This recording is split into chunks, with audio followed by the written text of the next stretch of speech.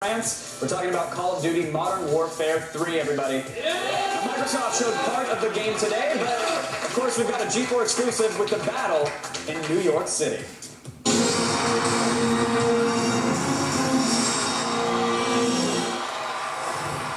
Welcome, everybody. We got Robert Bowling from Infinity Ward and Glenn Schofield, Vice President, and GM of Sledgehammer Games. Someone just got promotion. Congrats. I'll take it. Yeah, no, it's fine. I'm sure the actual president is going to drop an elbow now, but that's all right. Modern Warfare 3, easily one of the most anticipated titles at this year's E3. What do you think defines Modern Warfare as a game? Like, what does it take to make a great Modern Warfare game? Modern Warfare in general, I mean, the things you have to hit in Call of Duty are that 60 frames per second. I mean, That's what sells that smooth gameplay. Because when it comes down to it, it's about the tight gun controls. It's about those huge cinematic moments in the campaign, especially. Yeah, great combat, multiplayer, even Spec Ops these days. So you're saying every aspect of the game needs to be absolutely perfect, pretty much? Yeah. I mean, that's what we've come to expect from the franchise. Now, what are we looking at right here? This is what, downtown Manhattan here? Or? Yeah, it is Little Manhattan. And how do you capture the feel of Manhattan? Well, it's good to have lived there for a while. Oh, there you go. And I noticed the nice urine sheen on the texture there on the walls. It's very good. It's very true to form. You like that? Yeah, lots of debris everywhere. I motion captured that. Those are custom textures. Put it right on there. Right outside the offices. So what's actually taking place right here? Why are we shooting in Manhattan? What happened? well, the Russians have taken over Manhattan. Of course. Of course. Yes. Glenn Beck predicted they would. And so the Americans have come in and are trying to push them out.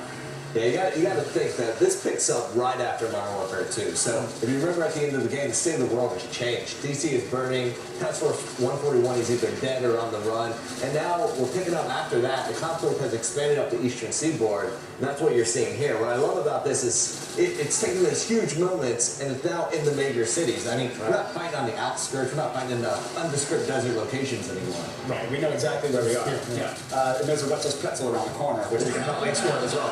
What's the challenge of taking war to these new areas? Is it trying to balance the fun, exciting, fast COD gameplay with realism, with a realistic setting? Well, we're all about being like super authentic in the weapons and stuff, but the real challenge is once you get into these new environments, the way you play the game has changed. The tactics you would use in the military are changed. And that's why you see things like this, like the dual scope system that was something that the environment spawned a new feature that impacts gameplay. So now you can see, like, when you're fighting through the city in the open streets, if the guys are far away, you're going to flip up this magnifying scope like you see them doing. But as you get into the buildings, you start clearing the rooms, you're going to pull that down, go to your EOTech, your red dot, whatever your close range optical choice is. Yeah, you're able to flank, go into the buildings, flank the enemy, go shoot down at them when they come down the streets, things like that.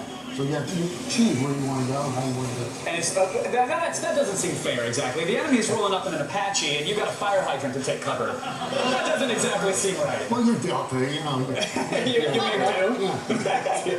Now, on the single player side of things, is it entirely single player? Is there a co-op aspect to it as well? And on the campaign, it's single player. Single player. We're bringing back Spec Ops in Modern Warfare 2, or Modern Warfare 3, that brings co-op into the game in a big way. I mean, we have our classic mission modes that we introduced in Modern Warfare 2, but now in Modern Warfare 3 we have survival mode, which is endless waves of enemies. You have unlockables, you have kill streaks you can call in, different types of units. We're blowing out the co-op in this game. Do I still have to cry for the first 15 minutes until I get a red dot sight? Iron sights do not do me well. What's the difficulty in say, trying a new feature, trying a new approach to the game, but not wanting to alienate, the old fan base? I think that's one of the good things with the Spec Ops now, is a lot of the maps that you're going to be playing in Spec Ops are going to be ones that you're going to see in multiplayer. So if you want to go in with your pal and just kind of learn the tactics or learn that map, you can learn it in Spec Ops, then go into multiplayer and maybe not get worked as well. Yeah. The key is just, listening to that core audience. I mean, we're out there, we're on Twitter, we're on everything, hearing what they're saying. I mean, that's why you're seeing us bring back some classic guns like the old COD 4 MP5 that people love.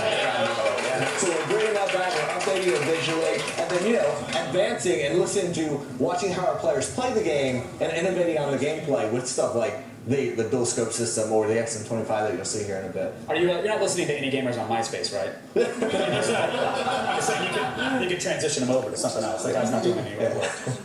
So what's happening right here? We escaped the helicopter. Now inside a building, and we're just throwing grenades in rooms. Well, this is actually what they call a 9-bang, and it's A 9-bang? Is it? 9-banger. Okay. Yeah, so Okay. College, love it. We just did. yeah, oh, sorry.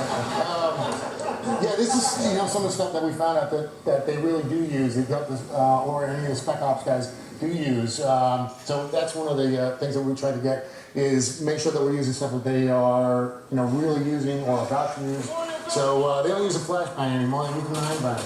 Interesting. Yeah. So you guys sit down. You guys have a chat at an In-N-Out with actual soldiers about what they're using, or do you get to go hang out on the front lines for a week and take some notes?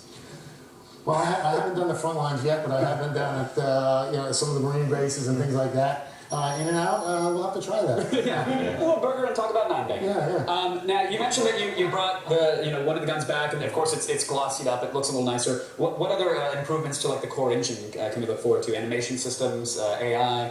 Audio. All new, really? A lot of audio stuff, stuff like whiz-bys on the bullets so you can get direction, things like that. Updating it just so we can maintain 60 frames per second and get these huge scales. Like you're seeing in New York City, massive skyscrapers, these massive levels, but keep it running at that smooth, super fast, super quick 60 frames per second. Yeah, a lot more textures you'll see in the world. Obviously, when you have skyscrapers and all that kind of detail that we have in the levels, we've had to add a ton more textures in there. Of course, upgrading the engine in so many ways. Like you said, with the animation systems. Yeah, absolutely. And any crazy unlockables? Any extra RC cars or remote boats? What do we got? In multiplayer, we have a lot of really cool stuff. We're too early to dive into those details yet. Spec Ops, we're bringing What's on the in a lot whiteboard? of Just give me some bullet points that might be on the whiteboard. They don't have to be coded yet. I'm just curious. Looking down the road. Hot air balloon? Oh, Wow, that's like good. that. Just saying, yeah, 20 kill streak, you get a I bomb. like that. The Goodyear Beret Yeah. drops the bomb. It looks so good. Let's tell me with Modern Warfare 3 though. Is there a single challenge that you guys are like, okay, we have to overcome this? Is it adding stuff and keeping it 60 frames? Is it appeasing the old fan base? You know what it is coming into Modern Warfare 3, I mean, we have like nearly 30 million players. Right. So it's really looking at, as you said, how can we make a game that our core fans are going to love? But at the same time, give our new fans a place that they can enjoy the game the way they like. I like to look at it as we're giving you a platform to have fun the way you like to have fun.